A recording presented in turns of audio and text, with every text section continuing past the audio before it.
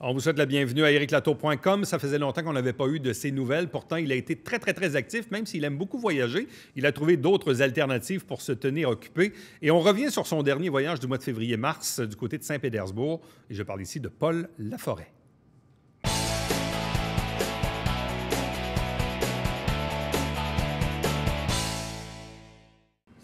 Il y a quelques jours à peine, ma conjointe me faisait remarquer que ça faisait très, très, très longtemps qu'on n'avait pas eu de nouvelles de Paul Laforêt. Elle me dit deux choses. Elle dit, d'après moi, si tu l'appelles, il va avoir quelque chose à raconter, puis il va sûrement venir en studio. Bien, savez-vous quoi? Il est là. Paul Laforêt, bonjour, bienvenue. Salut. Parce qu'on s'était parlé en entrevue, mais via Zoom, le printemps dernier. C'est très pratique, mais c'est plus plaisant de t'avoir en vrai. Ah, t'avoir d'en face, surtout aujourd'hui. Oui, c'est ça. Avec la nouvelle installation dans le studio. C'est notre, franchement, ouais, je suis tout surpris. C'est notre protocole COVID, donc un seul invité à la fois est très loin de moi. Ah oui, bien, il fallait d'ailleurs. Dis-moi, Paul, parce que quand on s'était parlé quand même au printemps, on le sait, tu es un grand voyageur. Tu planifies tes voyages longtemps d'avance. Puis c'est pas des petits voyages, c'est quand même des excursions assez particulières. Et évidemment, là, on est dans un truc avec la pandémie où on est un peu limité dans ce qu'on peut faire comme voyage. Donc, est-ce que ça t'a contraint? Autrement dit, quel genre d'année 2020 as-tu passé jusqu'ici? Il y a eu des changements, sauf que mon année 2020, j'ai beau fouiller dans mes souvenirs en arrière, j'en ai quelques-uns, c'est une de mes plus belles années dans Pourquoi? le voyage. J'ai fait Saint-Pétersbourg et la Sibérie au lac Baïkal, février-mars. Juste avant la pandémie. 30 jours. Ouais. D'ailleurs, quand je reviens le 12 mars, le lendemain, je suis confiné 14 jours à mon appartement. Je peux sortir aller prendre l'air, mais c'est l'appartement et ça commence. Mais au retour, moi, j'ai passé 9 semaines franches à classer mes photos pour les dossiers que je raconte dans le journal et aux amis de la photo. J'en ai fait 26 dossiers différents. Ça, c'est beaucoup de temps.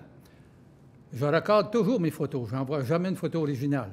Et donc, pandémie ou pas, tu serais resté à la maison au printemps pour faire ça. Je l'ai fait. C'est ça. Alors, le reste ne me préoccupait pas. Puis quand... je sais pas, moi, je connais pas qu'est-ce qui se passe dans la tête des gens. Mais quand je suis absorbé par un voyage, moi, je suis tellement pris. D'ailleurs, hier, quand on s'est parlé, là, j'étais un petit peu désemparé, puis je vais te dire pourquoi. Depuis mai que je suis sur la Côte-Nord et aux îles de Mingan. Je suis là-dedans à l'heure actuelle avec les amis de la photo. Mais, ouais. Or, je n'avais que ça dans la tête. Donc, plutôt que d'aller à l'international cet été, tu es allé faire un tour sur la Côte-Nord, qui est magnifique d'ailleurs. Ça faisait 3 ans que je voulais retourner parce que là, je m'étais dit qu'il fallait que je fasse une Côte-Nord vraiment à ma façon. Ouais. Et à mon goût, surtout en photo, puis le raconter. Tout à fait. Et d'ailleurs, pour ce qui est de la Côte-Nord, on pourra y revenir dans une prochaine émission. Mais on comprend donc que tu n'as pas chômé, donc tu t'es occupé de tes photos de Sibérie au printemps, puis là, tu as profité de l'été pour aller sur la Côte-Nord au lieu d'aller à l'étranger. Je suis allé 2 fois là-bas. D'ailleurs, 2021, je retourne. Ouais. C'est pas fini parce qu'il y a une partie des îles qui ne sont pas terminées. Et le pôle Nord, que je dois faire fin août et début septembre, c'est pas terminé non plus.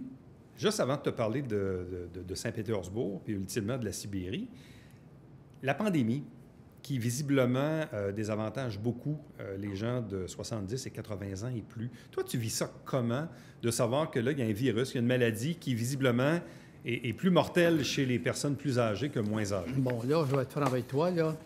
Je regrette pour ceux qui pensent qu'à 81 ans, on peut avoir peur. Je n'ai pas peur. Ça règle la question, ça, là. Puis j'ai jamais eu peur. Ouais. Ça, c'est comme la peur en voyage. Écoute bien, me retrouver en Sibérie, seul, avec ma guide, à 80 ans à ce moment-là, je vais reparler de mes costumes, tout ça, sur le lac Baïkal. Okay. Bien, je veux dire, il faut le faire. Et donc, le contexte de la pandémie, toi, ce virus-là, il ne t'énerve pas comme tel? La seule chose qui pouvait m'énerver à l'occasion, là, qui m'a tapé sur les nerfs de temps en temps, c'est la vie dans Bâtisse où je demeure. C'est d'être un peu confiné. Quand le garage la porte de garage a été désactivée pendant 2 mois et demi, ça m'a agacé royalement. Oui, royalement. L'impression de se sentir en prison? Comment donc? Oui, hein? Mais je peux pas dire que ça m'a marqué. Et moi, je n'ai... Je regrette, là, j'ai parlé du virus à l'occasion, mais je ne suis pas dérangé par ça. Il y a beaucoup de personnes où je demeure qui ne parlent que de ça. Moi, je suis absorbé par autre chose. Vois-tu, là, hier, tu me téléphones, je sors mes dossiers de la Russie pour revérifier mes photos, pour savoir de quoi je parle ce matin, puis en même temps, relire mes textes, tout ça, pour être capable de... pendant que je suis là-dedans, le reste n'existe pas. Bon, bien, parlons-en de ce voyage, oui. Et comment c'est arrivé? Ça, c'est important que je le dise. Parce que le lac Baïkal, entre autres, avant Saint-Pétersbourg, là, je le connaissais depuis longtemps par des photos en hiver. En hiver, au lac Baïkal, je pense que mes photos vont le démontrer, c'est très, très particulier. Et en 2018, quand je vais au Kamtchatka, on était deux sur notre avion. Je me rappelle, mon grand Michel de 6 pieds 3, 270 livres. Pas de cheveux sur la tête, barbe blanche jusqu'ici. Quand il va m'entendre dire ça, il va rire. Parce que quand on est les deux dans un aéroport à la grandeur et la grosseur que j'ai, lui à côté de moi, imagine la différence. C'est ton garde du corps. Hey boy! Et quand on descend à l'aéroport, on monte dans une camionnette, puis la guide est là qui nous attend tous les deux. Ouais. Elle monte avec nous. Michel est en avant, moi je suis en arrière, et j'ai ma valise de caméra. Moi, je ne la connais pas, là. On part à zéro, mais elle remarque ma valise de caméra et on commence à parler de photos. Et comme elle fait beaucoup de photos avec Nikon, ça tombait dans mes cordes au niveau de la discussion. D'ailleurs, c'est la première fois que ça m'arrivait de me retrouver avec quelqu'un qui me guidait, qui a caméra en main, pas tout le temps, par exemple, mais on parlait le même langage. Mais durant le Kamtchatka, on ne s'est pas parlé souvent. Sauf qu'un soir, elle nous montre des photos du lac Baïkal en hiver. Et là, je suis surpris. Le lendemain matin, je m'assois à sa table pour déjeuner et je lui dis, écoute, est-ce que tu accepterais de me guider au lac? Et c'est comme ça que la discussion a commencé. Et c'est là que la décision s'est prise. Après, là, il y a eu l'itinéraire qui a été bâti, puis je lui ai dit, écoute, je vais pas 30 jours. Là, tu es arrivé à quel moment à Saint-Pétersbourg? Moi, je suis arrivé je suis parti de... Attends un petit peu. Au mois de février, je suis parti le 12 février, Montréal-Paris. Et tu sais ce que c'est? On passe la nuit sur l'avion, 6 heures de décalage. Le lendemain matin, j'attends l'aéroport. Je quitte pour Moscou, c'est 2 heures de décalage de plus. J'arrive sur la fin de la journée, le 13. OK? Une bonne ride, comme on dit. J'ai fait 9 avions dans ce voyage-là. En première classe? Pas tout le temps? Ouais. J'étais en première classe pour me rendre à Moscou, mais après... Non. Non, parce que d'abord, les voyages intérieurs, malgré que j'y reviendrai, là, mais de Moscou, pas de Moscou, de Saint-Pétersbourg, Moscou pour me rendre à Irkoutsk, c'est une trotte. Ça, c'est encore de nuit. Bon. Saint-Pétersbourg, pour nous situer, on est dans le nord-ouest de la Russie. Oui. C'est quand même très au nord, là. Là, une précision que je vais te donner, que j'ai vérifiée tantôt, d'ailleurs, sur mon ordinateur. Saint-Pétersbourg, c'est à 60 degrés de latitude nord. Nous, on est à 45. C'est très au nord. 45, 60, ça fait 15. Puis 1 degré, c'est à peu près 100 km. Multiplié, ça donne quoi? 1500 km plus au nord. Puis le plus drôle, c'est que c'est vis-à-vis de la baie d'Ungava. Okay. Or, si tu écoutes la température de la baie James le soir à TV, pas chaud là-bas. Là. Mais la géographie, ça aide à voyager. On est à 53 degrés de latitude à LG2. Là, je me trouve à 60. Les 5 jours et demi que je suis là, il fait entre 0 et 4 degrés. Comment on peut expliquer ça? Hein? Comment on peut expliquer ça? C'est un microclimat? Bon, évidemment, il y a les changements globaux à la surface du globe. Mais indépendamment de ça, quand je suis à LG2 ou à baie d'Ungava chez nous, je suis en climat continental. Je suis à l'intérieur des terres. Les vents d'ouest qui traversent l'Atlantique, qui amènent de l'humidité parce qu'on est en climat maritime à Saint-Pétersbourg, presque au niveau de la mer en plus, ça traverse la mer Baltique. Or, ça vient tempéré. Mais normalement, j'avais lu, moi, avant de partir, que je devais me retrouver dans la neige et assez froid. Ouais. Mais pas un brin de neige durant mes 5 jours et demi là. La fameuse rivière Neva, on se fait photographier les 2 pieds sur la glace au bas d'un escalier, moi et Anastasia. On quitte, toute la glace est disparue. On marchait sur l'asphalte tout le temps. Qu'est-ce qui nous frappe quand on arrive à Saint-Pétersbourg? À la période où je suis allé, là, je vais te donner quelque chose qui m'a frappé, pas à peu près. Je n'avais jamais vu. D'abord, on était en février, les journées sont courtes, à 60 degrés. 45, là, c'est très différent. Oui, tout à fait. 60, on s'approche du cercle polaire, là. Bon, les journées sont plus courtes, mais en même temps, l'humidité qui arrive de l'Atlantique, de la mer Baltique et du golfe de Finlande, là, ça crée un nuage bleu. Un nuage, pas un. Une quantité industrielle sur la ville. Le ciel n'a pas la même couleur. À ce moment-là, attention. Évidemment, moi, je parle de ce que j'ai vécu. Je ne suis pas allé là en été. Je comprends. Mais j'aimerais y retourner en été, parce qu'en été, c'est complètement autre chose. Mais ça te faisait un plafond sur la ville inimaginable. Le matin, on ne pouvait pas partir. On a eu un auto pendant 4 jours, là. On ne pouvait pas partir avant 9h30. Tellement ça prenait du temps avant que la lumière s'installe. Et oui. Okay. Et je répète, 60 degrés de latitude, là, c'est loin d'être ici. Mais cette ville-là, c'est quoi qui nous frappe? C'est l'architecture, c'est l'histoire, c'est... Il y a beaucoup de choses. D'abord, c'est un patrimoine de l'UNESCO depuis déjà plusieurs années. L'architecture qui est principalement d'influence italienne, mais française aussi, parce que les tsars, à l'époque, savaient importer les talents. OK? Il y en avait chez eux, oui, mais on savait aller en chercher ailleurs. C'est quand même une ville de 5 millions d'habitants, mais c'est la deuxième ville en importance après Moscou. Sauf qu'au niveau intellectuel, scientifique et politique, ça demeure le noyau important. Et une note physique, c'est que la ville est en basse altitude. Elle se situe dans le 3-4 mètres. Et c'est beaucoup d'îles, cette ville-là. Il y a eu des... c'est une zone de marécage qu'on a vaincu, si tu veux, pour construire la ville. Et ça fait un décor très, très particulier. La rivière Neva, qui la sépare en deux, joue un rôle dans le transport. D'ailleurs, beaucoup de personnes vont faire des croisières entre Moscou et Saint-Pétersbourg, c'est sur la Neva. Parle-nous de la cathédrale Saint-Isaac. Saint-Isaac. Ça, c'est le 14 février. Écoute bien, j'ai avec moi, si tu me permets, ça, c'est mon cahier de bord que j'avais apporté parce que, en temps normal, quand je pars d'une autre façon en voyage, j'ai toujours des documents. Mais là, à part l'itinéraire, je n'avais rien. Ma guide, j'ai passé 27 jours avec. OK? Puis elle parle un excellent français, c'est une universitaire, 4 langues. Je dis à Anastasia, là, le soir, au souper, on fait un résumé de la journée. OK? La cathédrale Saint-Isaac, je vais y revenir après. Premier jour à Saint-Pétersbourg, 2 degrés de chaleur.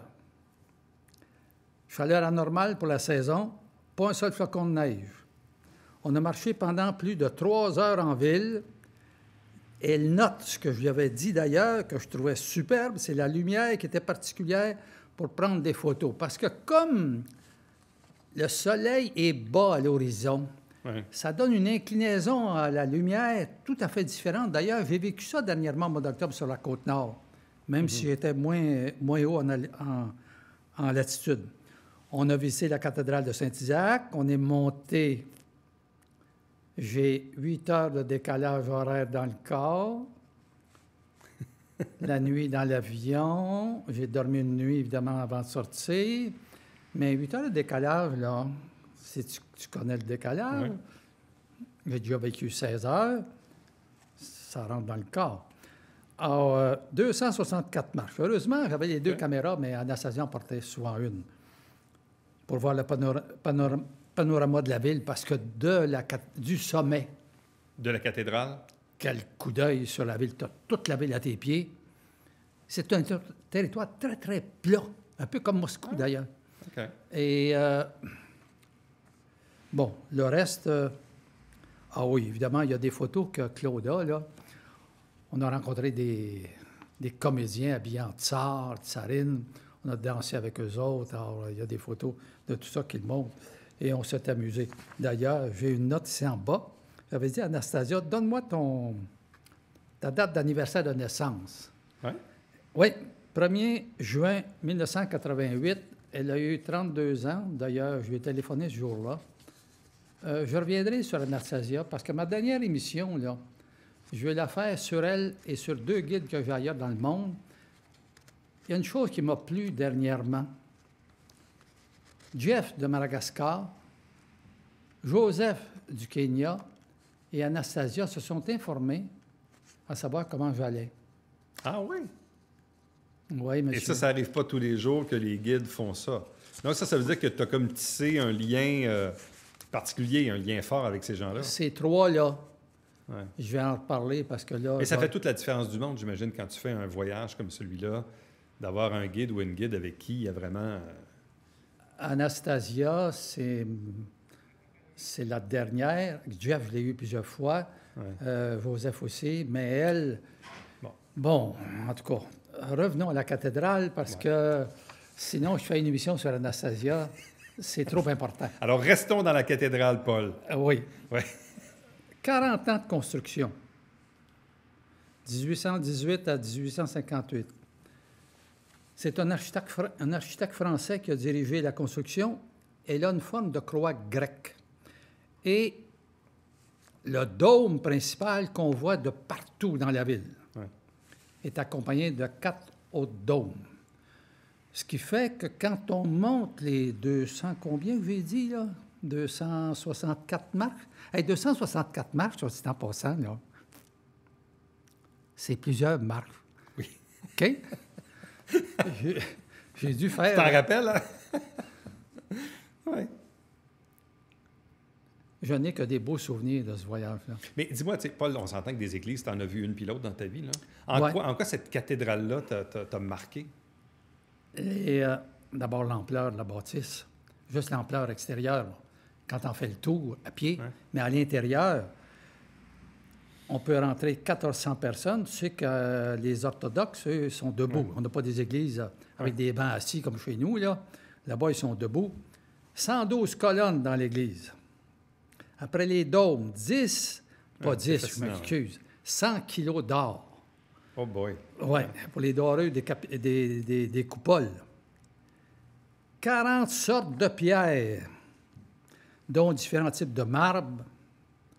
Je ne sais pas si le lapis lazuli, ça te dit quelque chose. J'ai vu ça, moi, surtout au Chili.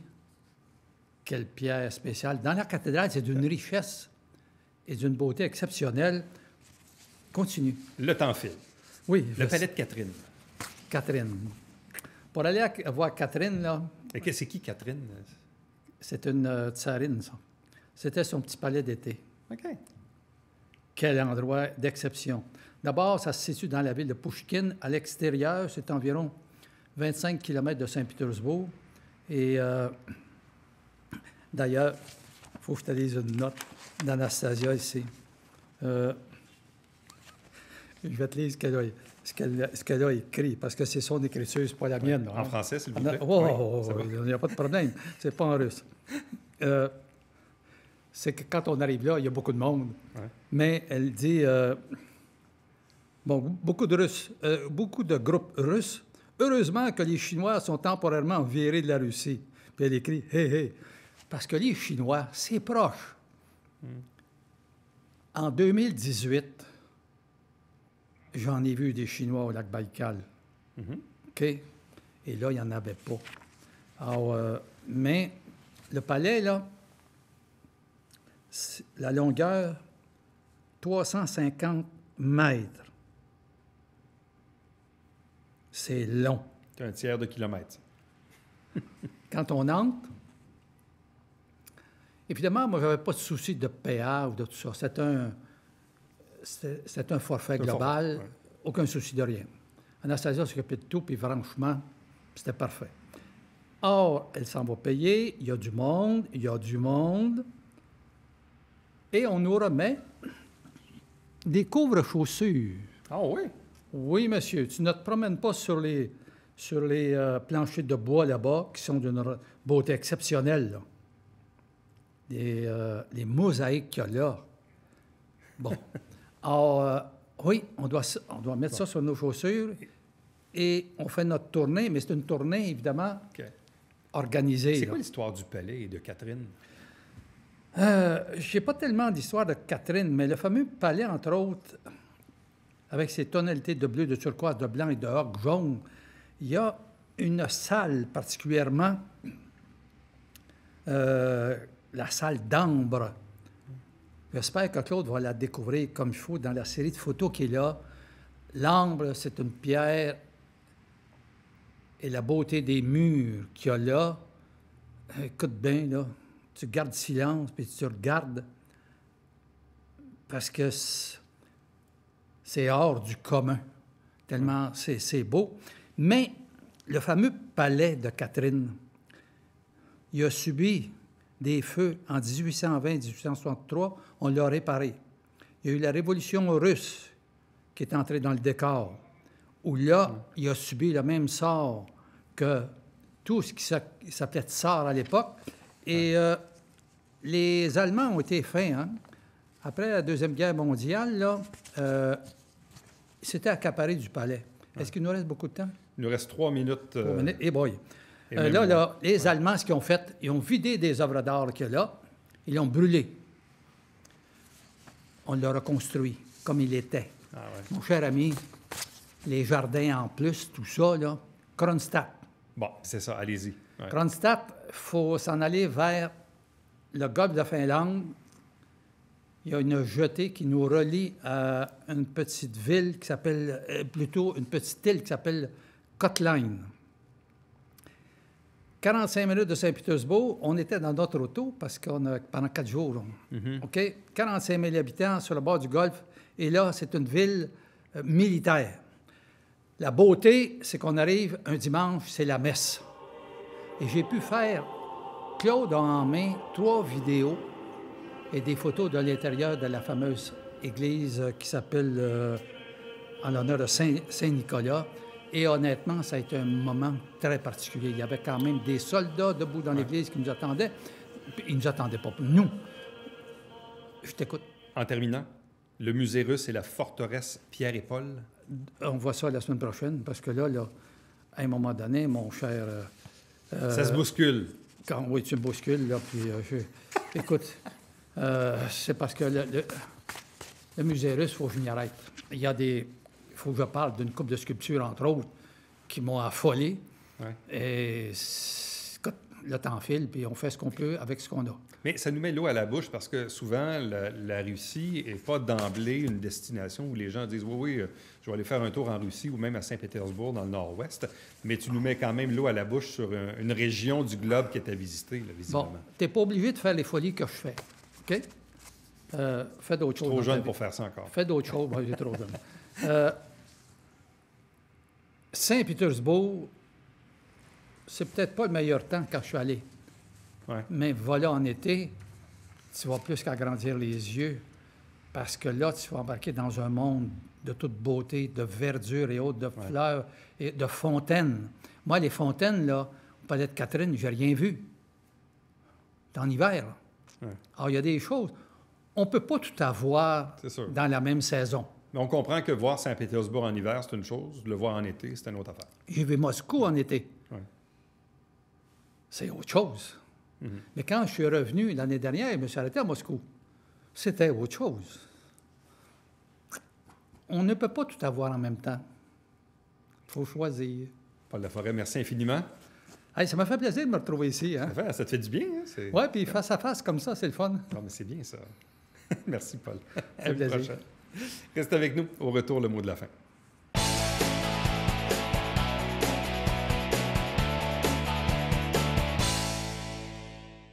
Mesdames et messieurs, bonjour et bienvenue à la Justice entre nous. Mon nom est Serge.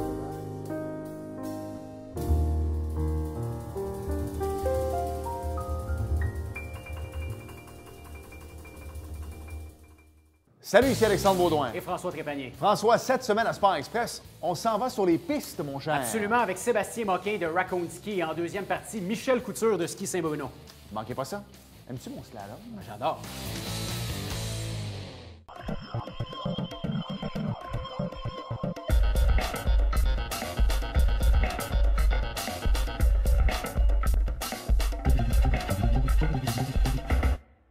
Mesdames et messieurs, bon matin et bienvenue à votre télébingo sur les ondes de télévision du Haut-Richelieu.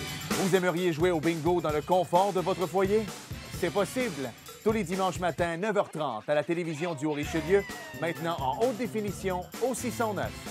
C'est 4 000 $ en prix à chaque semaine. Pour vous procurer les livrets du télébingo, c'est facile. Consultez la liste de nos 30 dépositaires au www.tvhr9.com.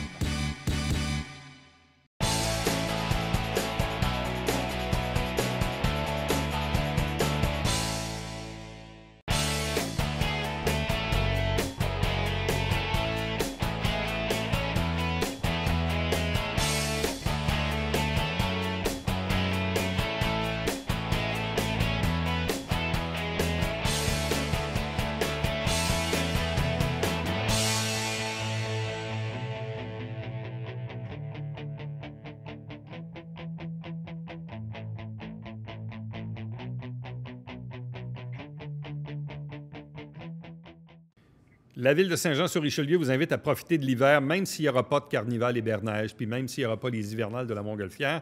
Il y a quand même des infrastructures, Parc Ronald-Beauregard, l'Oasis ici dans le centre-ville. Allez sur sjsr.ca/mon hiver formidable. Donc, il y a moyen de se tenir occupé. Puis là, n'oubliez pas, dimanche, il y a un spécial pour le bingo. Donc, on augmente la cagnotte à 5 000 $ pour le prochain bingo. À demain. Bye-bye.